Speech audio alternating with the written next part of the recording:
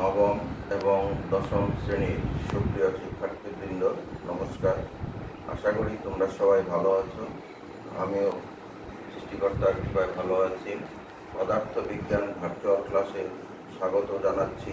আমি জিতেশনাথ চক্রবর্তী, সিনিয়র সহকারী শিক্ষক, Hazrat Shah Ali model high school. চতুর্থ অধ্যায় কাজ ক্ষমতা শক্তি। আজকে আমরা ষষ্ঠ ক্লাস করব। আমরা আজকে আমাদের বিষয়বস্তু হবে কর্মদক্ষতা। কর্মদক্ষতা ইংরেজিতে বলা হয় ইফিসিয়েন্সি। ইংরেজিতে কি বলা হবে? ইফিসিয়েন্সি। কর্মদক্ষতা জানার আগে আমরা আবার একটু আগের বিষয়গুলো একটু যাচাই করে নিব। আমরা জানি কাজ W ইকুয়াল টু কি? F F। এখন আমরা যদি ভূপৃষ্ঠ থেকে কোনো বস্তু উপরে উঠাই তখন কাজ W সমান কি হবে? F H। এখানে যখনই আমরা বস্তুটা উপরে উঠাবো তখন F মানে বস্তুর ওজন। বস্তুর ওজন মানে কি? বস্তুর ভর গুণন অভিকর্ষ ত্বরণ গুণন উচ্চতা। তাহলে এই দুইটাই কিন্তু কাজ। এখন আমরা যখন কোনো কিছু কাজ করব তখন কিন্তু সেখানে শক্তির সৃষ্টি হয়, অর্থাৎ শক্তি না থাকলে কিন্তু কাজ আমরা করতে পারি না। শক্তি না থাকলে কিন্তু কাজ করতে পারি না, অর্থাৎ শক্তিটা কি? কাজ করার সামর্থ্য। কাজ করার সামর্থ্য। আবার আমরা জেনেছি ক্ষমতা। ক্ষমতা কি ইকুয়াল কি? W/T। অর্থাৎ কাজকে আমরা যদি সময় দিয়ে ভাগ করি তাহলে আমরা পাবো ক্ষমতা। তাহলে কাজ এখানে আমরা কি পেতে পারি? mgh/t। তাহলে এটা যদি আমরা গুণ করি তাহলে কাজ W সমান আমরা কি পাবো? pt। অর্থাৎ ক্ষমতাকে যদি আমরা সময় দিয়ে গুণ করি তাহলে কিন্তু আমরা কাজটা পাবো, বা শক্তি বা ব্যয়িত শক্তি এটা আমরা পাবো। মানে ক্ষমতাকে আমরা কি করব? সময় দিয়ে গুণ করব। আবার এখানে দেখো আমরা কি পেলাম? P equal mgh/t। mgh/t। তাহলে mgh ইকুয়াল টু কি? pt। এই সূত্রের সাহায্যে আমরা কি নির্ণয় করতে পারবো? এই সূত্রের সাহায্যে আমরা m নির্ণয় করতে পারবো, h নির্ণয় করতে পারবো, p নির্ণয় করতে পারবো, t নির্ণয় করতে পারবো। যদি অভিকর্ষ ত্বরণ নির্ণয় করতে বলে তাহলে সেটাও কিন্তু আমরা নির্ণয় করতে পারবো। এখন আমরা যাব আমাদের মূল আলোচনায়। আমরা প্রতিনিয়ত বিভিন্ন ধরনের কাজ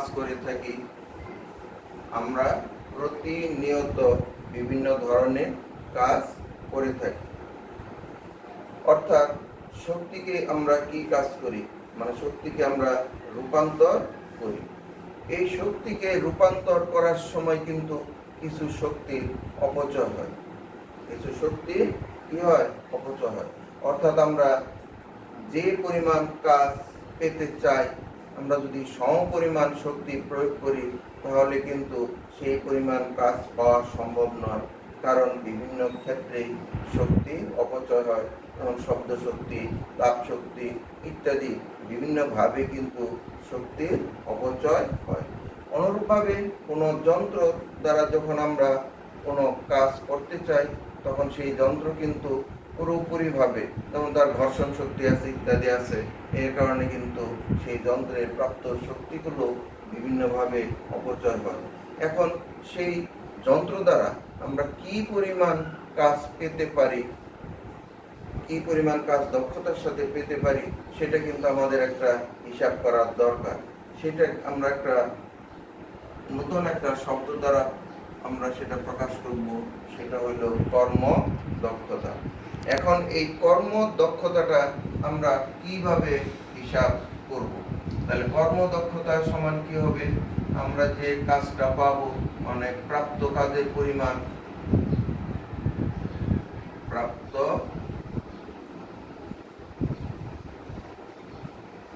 কাজের পরিমাণ ভাগ হলো প্রদত্ত শক্তি, মানে আমরা কি পরিমাণ শক্তি দিব। কর্মদক্ষতা সূত্রটা তাহলে আমরা কিভাবে নির্ণয় করব? প্রাপ্ত কাজের পরিমাণকে প্রদত্ত শক্তি দ্বারা আমরা কি করব? ভাগ করব।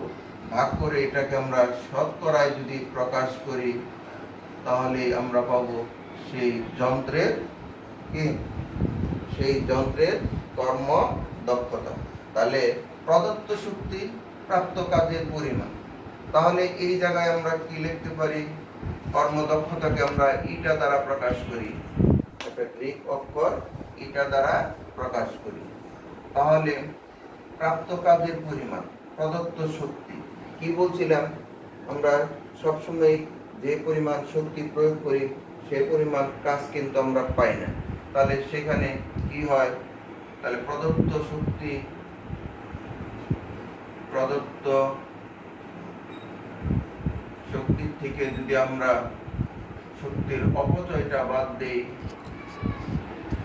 শক্তির অপচয়, প্রদত্ত শক্তির থেকে যদি আমরা শক্তির অপচয়টা বাদ দিই এবং তাকে যদি প্রদত্ত শক্তি দ্বারা ভাগ করি এবং একে আমরা শতকরায় প্রকাশ করি, তাহলে আমরা পেয়ে যাব কর্ম দক্ষতা। তাহলে আমরা কি পেয়ে যাব? কর্ম দক্ষতা। এখন এই শক্তি সাহায্যে আমরা কি করতে পারি? কর্মদক্ষতা নির্ণয় করতে পারি।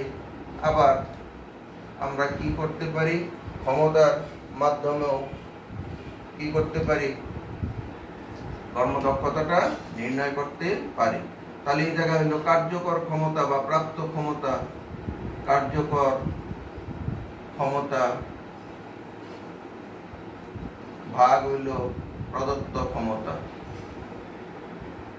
প্রদত্ত ক্ষমতা, মানে কোন যন্ত্র দ্বারা আমরা যে পরিমাণ ক্ষমতা প্রয়োগ করি এবং সেই যন্ত্রের থেকে আমরা যে পরিমাণ ক্ষমতা পাই তাকে যদি আমরা কি করি?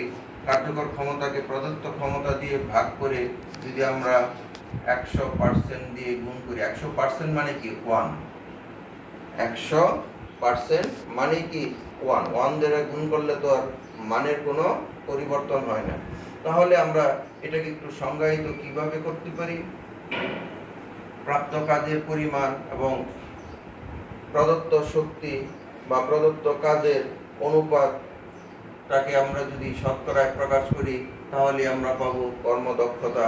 অথবা কার্যকর ক্ষমতা এবং প্রদত্ত ক্ষমতা যে অনুপাত, সেই অনুপাতকে যদি আমরা 100% দিয়ে গুণ করি তাহলে আমরা পেয়ে যাব যন্ত্রের কর্ম দক্ষতা। কি পেয়ে যাব? কর্ম দক্ষতা। আচ্ছা, আমরা একটা গাণিতিক সমস্যা সমাধান করব, তাহলে আমাদের বিষয়টি বুঝতে খুবই সুবিধা হবে। 1000 ওয়াটের একটি মোটর ব্যবহার করে 15 সেকেন্ডে একটি 10 কেজি ভরের বস্তুকে 10 মিটার উপরে তোলা হলো। শক্তির অপচয় কত? কর্মদক্ষতা কত? এখানে দেখো মোটরের ক্ষমতাটা দেওয়া আছে। কত দেওয়া আছে? 1000 ওয়াট। কতক্ষণ সময় কাজ করবে? 15 সেকেন্ড। কত সেকেন্ড কাজ করবে? 15 সেকেন্ড। তাহলে এই জায়গায় আমরা কি লিখতে পারি সমাধানে?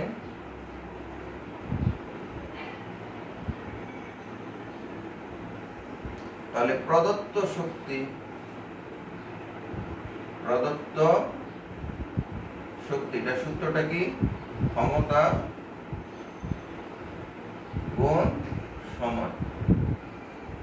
প্রদত্ত শক্তি মানে কি পরিমাণ শক্তি দেওয়া হলো সেটা আমরা কিভাবে বের করব? ক্ষমতা গুণ সময়। তাহলে এই জায়গায় ক্ষমতা কত দেওয়া আছে? 1000 ওয়াট। সময় কত দেওয়া আছে? 15 সেকেন্ড। তাহলে এটা আমরা কি করব? গুণ করব। তাহলে কত হয়? 15000। 15000 ওয়াট সেকেন্ড। ওয়াট মানে কি? Joule per second. আর এই সেকেন্ড কাটা গেলে কি হয়ে যাবে? জুল। তাহলে প্রদত্ত শক্তিটা আমরা কত পেলাম? 15000 জুল। এখন আমার কি বের করতে হবে? প্রদত্ত শক্তি কিন্তু আমরা বের করলাম। এখন আমরা বের করব কি পরিমাণ কাজটা আমরা পেয়েছি। তাহলে প্রাপ্ত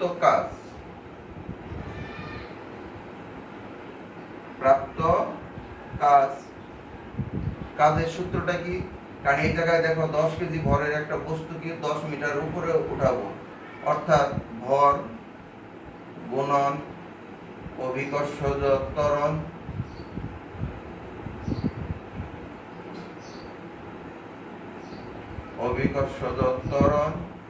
গুণ উচ্চতা। তাহলে এই জায়গায় ভর কত দেওয়া আছে? 10 কেজি। অভিকর্ষজ ত্বরণ আমরা জানি কত? 9.8 মিটার পার সেকেন্ড স্কয়ার। উচ্চতা কত আছে? 10 মিটার। তাহলে এই জায়গায় গুণ করলে কত হবে?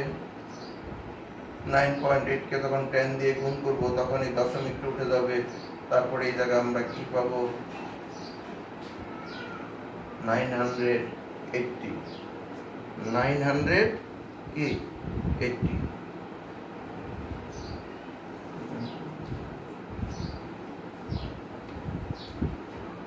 980 এত কি হবে? জুল। এত জুল। তাহলে এই জায়গায় দেখো আমরা প্রাপ্ত কাজটা পেয়ে গেলাম, প্রদত্ত শক্তিটা পেয়ে গেলাম। তাহলে আমরা কি কাজ করব? তাহলে এই জায়গায় দেখো আমরা শক্তির অপচয়টা বের করব। তাহলে সুতরাং শক্তির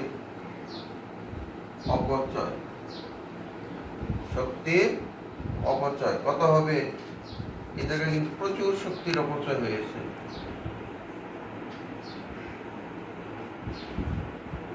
তাহলে কত হয়? এই জায়গায় যদি আমরা একটা কাজ করি, 10 কেজি ভর, এই 10 কেজি ভর এই পরিবর্তন করে যদি আমরা 100 কেজি ভর দিয়ে দিই, 100 কেজি ভর দিয়ে দিই, তাহলে দেখো এখানে আমরা কি পাবো? এই জায়গায় 100, তাহলে এই জায়গায় কিন্তু আরেকটা জিরো আসবে। তাহলে এই জায়গায় শক্তির অপচয়টা কি হবে? আরেকটু কম হবে। তাহলে এই জায়গায় আমরা যদি বিয়োগ করি, 8 আছে কত হলে 10 মিলবে? 2 হলে 10। তাহলে এই জায়গায় কত হবে? 5। তাহলে 5200 কত হবে? 5200 জুল। এই শক্তিটা কি হয়ে গেল? অপচয় হয়ে গেল। এখন আমরা নির্ণয় করব কর্মদক্ষতা। তাহলে কর্মদক্ষতার সূত্রটা কি ছিল?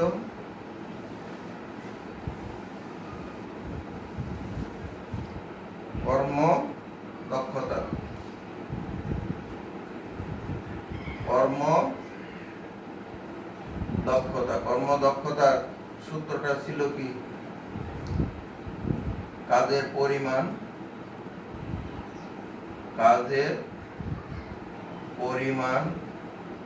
ভাগ কত? প্রদত্ত শক্তি ইনটু কত? 100%। তাহলে এই জায়গায় কাজের পরিমাণটা কত? 9800, হ্যাঁ, প্রদত্ত কত 15,000 ইন্টু কত 100%।